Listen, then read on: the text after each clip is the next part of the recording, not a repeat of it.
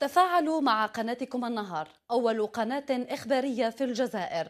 تابعوا تغطيتنا المستمرة والحصرية عبر موقع اليوتيوب. طبعا قبل أن نكمل نتوقف عند الخبر والمباراة التي تجرى حاليا بين جوفنتوس تورينو وريال دو مدريد بملعب دقيقة 90 2-1 لصالح جوفنتوس. هدفين ياسر سجلهما كل من طبعا لجوفنتوس على حساب الريال. للأسف الشديد أنت تشجع الريال بقميص الريال.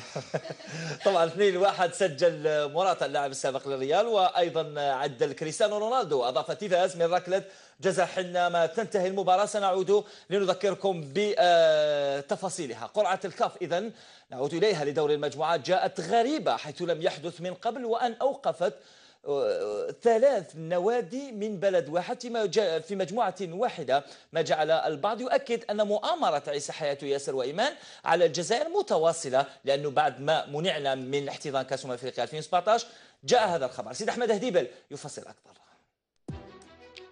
تتواصل مهازل الاتحاد الافريقي لكرة القدم، فكلما تعلق الامر بتواجد الجزائر في احدى المنافسات الا وبين الكاف حقده الكبير على هذا البلد. فبعدما خسرت الجزائر تنظيم كان 2017 والذي منح للغابون بفضل عامل الكولسة، ها هو الاتحاد الافريقي يعود الى ألاعبه من جديد، وهذه المرة في قرعة دوري المجموعات، اين وضعت القرعة وفاق سليف واتحاد العاصمة بالاضافة الى مولودية العلمة في مجموعة واحدة، والهدف هو تقليص حظوظ النوادي الجزائرية في التواجد ضمن المتأهلين للدور القادم.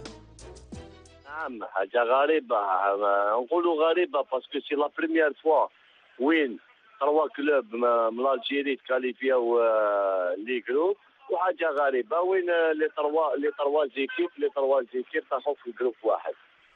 تقدر ترى امور كيما هذه، تقدر يعني باش ينقصوا الحظوظ تاع الجزائر، يعني 3 نوادي يقول لك يروحوا 2 ولا 3 نصف النهائي، تكون واحده في النهائي ولا يكونوا 2.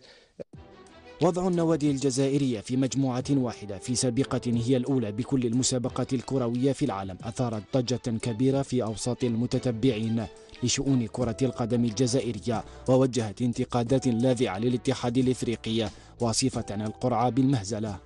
3 أندية من دولة من بلد واحد في مجموعة واحدة، مهزلة تضاف للمهازل اللي راهي تصرى في إفريقيا. على المنطق يقول انه على الاقل يكونوا 2 فرق مش 3 فرق. نظن هذا شيء غير منطقي.